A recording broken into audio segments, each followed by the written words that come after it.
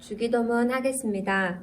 하늘에 계신 우리 아버지, 아버지의 이름을 거룩하게 하시며 아버지의 나라가 오게 하시며 아버지의 뜻이 하늘에서와 같이 땅에서도 이루어지게 하소서. 오늘 우리에게 일용할 양식을 주시고 우리가 우리에게 잘못한 사람을 용서하여 준 것 같이 우리 죄를 용서하여 주시고 우리를 시험에 빠지지 않게 하시고 악에서 구하소서. 나라와 권능과 영광이 영원히 아버지의 것입니다. 아멘. 찬송가 191장 부르겠습니다.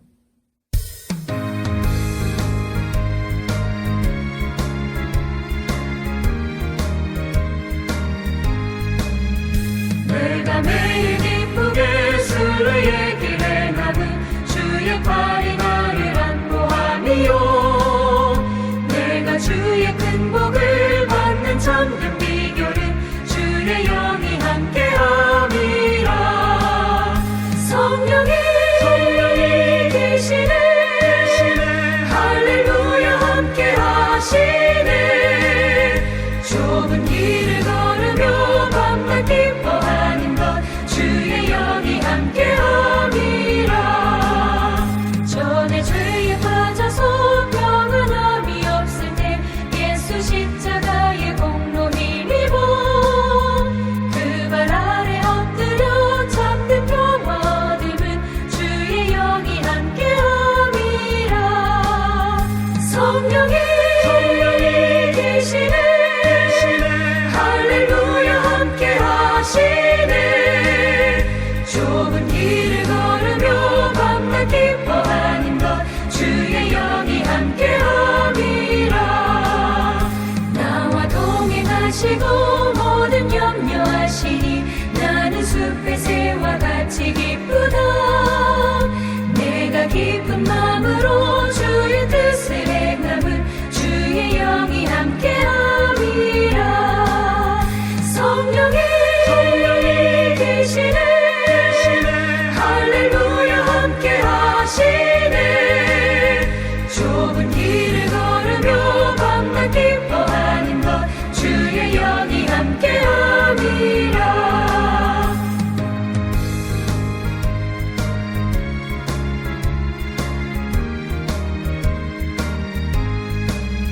세상 모든 욕망과 나의 모든 정욕은 십자가의 힘이 못을 박았네. 어두운 밤이 지나고 무거운 짐 벗으니 주의 영이 함께함이라.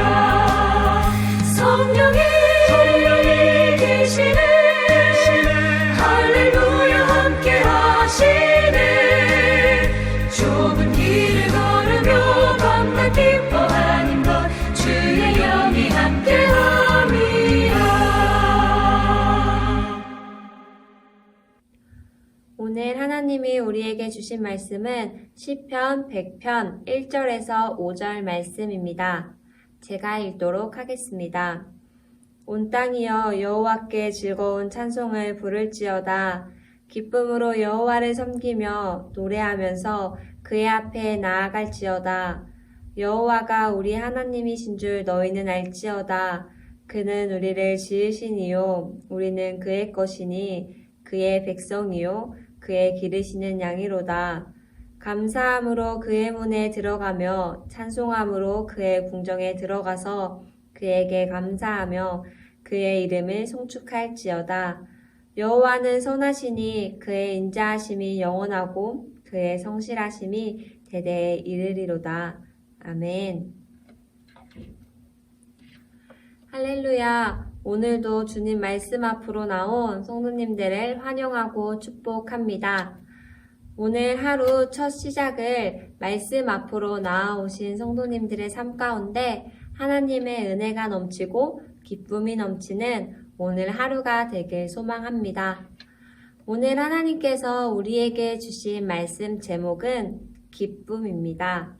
성도님들께서는 하나님이 주신 하루를 기쁨으로 살아가고 계십니까? 성도님들은 어제 하루 돌아봤을 때 기쁨으로 살아가셨습니까? 기쁨으로 살아가셨을 거라고 생각합니다. 마지막으로 주님을 예배함이 기쁘신가요? 기쁨이 넘치는 오늘의 예배가 되길 소망합니다. 오늘 말씀 시편 100편 1절과 2절을 보면 이렇게 기록되어 있습니다. 온 땅이여 여호와께 즐거운 찬송을 부를지어다. 기쁨으로 여호와를 섬기며 노래하면서 그의 앞에 나아갈지어다. 아멘. 이 말씀이 의미하고 있는 바가 무엇입니까? 하나님께 예배할 때 우리는 기쁨의 찬송을 부르고 섬기며 나아가야 한다고 말씀하십니다. 우리는 주일날 교회에 나올 때 찬양의 기쁨이 넘쳐서 하나님을 예배하는 마음이 갈급해서 나온 성도님들도 있습니다. 하지만 반대로 일주일 동안 살아가면서 지치고 힘든 몸으로 하나님 앞에 나온 성도님들도 계실 것 같습니다. 저 또한 그런 경험을 한 적이 있습니다. 제 이야기를 짧게 들려드리자면 제가 대학교를 다닐 때 기숙사에서 지내고 있었습니다. 저는 서울장신대학교에 나왔는데 신학교 기숙사는 매일 아침 새벽 경건회가 있었습니다. 그리고 신학과는 화요일, 수요일, 그리고 목요일 점심시간 전에 채플이라는 예배 시간이 있었습니다. 또 사역을 하고 있던 저는 수요 예배와 금요 기도회를 항상 드리러 갔습니다. 이렇게 하루에 예배가 많으면 3번이 드려지게 됩니다. 이렇게 예배를 드리니 어느 순간부터는 예배의 기쁨이 사라지게 되었습니다. 예배의 갈급함 또한 사라지게 되었습니다. 참 심각한 문제였습니다.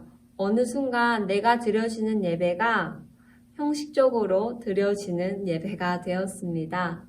또 내가 이 예배를 드리지 않으면 내가 채플에 통과하지 못하는 그런 생각을 하면서 어쩔 수 없이 드려야 한다는 그런 마음을 가지고 드릴 때가 정말 많았습니다. 오늘 말씀을 통해서 저 또한 그리고 성도님들 또한 하나님께 드리는 예배의 기쁨을 회복하길 소망합니다. 하나님은 오늘 말씀을 통해서 이렇게 말씀하십니다. 예배 드릴 때 기쁨으로 찬송하라고 말씀하십니다. 성경 말씀에서도 우리가 잘 알고 있는 다윗의 이야기입니다.